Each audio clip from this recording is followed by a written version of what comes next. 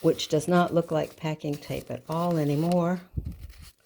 It has the paint on one side, and this is the side with a matte medium. And the reason I can tell is sometimes there's a tiny spot where I did not get coverage. Not that that bothers me, because it adds a little bit of sparkle. But as you can see, and it changes the feel of the tape. It does not feel like tape anymore. I'm not sure what it feels like. I can't really describe it. But this is the part where I picked up the paint, and then the sticky parts I covered with brushed on powder. And I can't, it's not sticky anymore. But it's not shiny, so I know that this is, I think this is anyway, but it really is hard to tell. Okay, so this part should not have the matte medium. This part does have a thin coat of matte medium.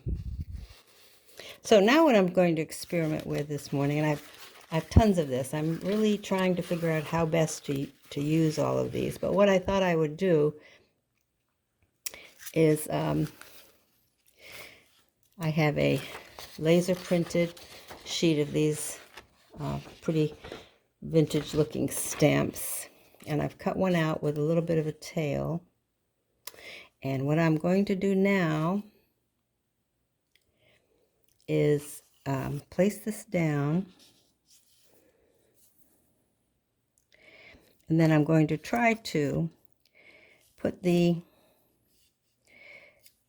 if I can get a transfer. I've not done this before because we've just recently bought a very inexpensive black and white laser print. So I think the first thing you do is you coat. This already has matte medium on it, so that's kind of a good thing. So you take a little bit and put a nice, hopefully even coat. Then if you can get if you use a spatula like I do, otherwise you can use a brush. You can use anything you want. And then I believe whoops, I'm out of frame. One of my common things. I will put my finger on the little tab I created and give this girl a coat of matte medium and flip it over, bring this down, and place it here. Trying to get no bubbles, good contact with the matte medium underneath. And then I'm going to leave it for a little while. I think I put it on crooked, oh well. Okay.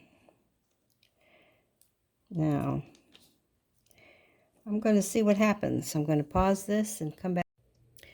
Okay, I pulled off the top layer, didn't record it.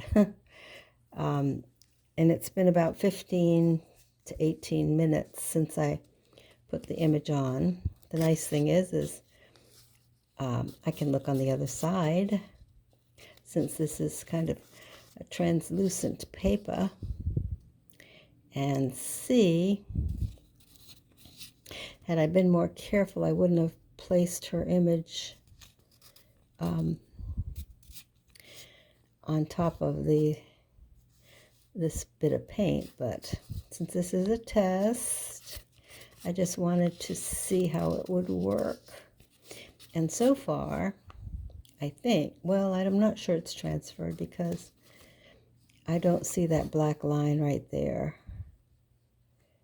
So I don't know that it's worked. Now, most of what I've read said to use the gloss medium, which I have some. I should have just dug it out and used it instead of matte. But I'm going to leave this for a little while and see what happens. Well, it worked. I put it underwater, which is what you see now glistening on there, and rubbed off all the paper. Almost all. Yeah, I think I've got it all. Now, what's really nice about this is it is indeed translucent. And would look very nice on anything. So, whoops. Yeah, so that did it. That definitely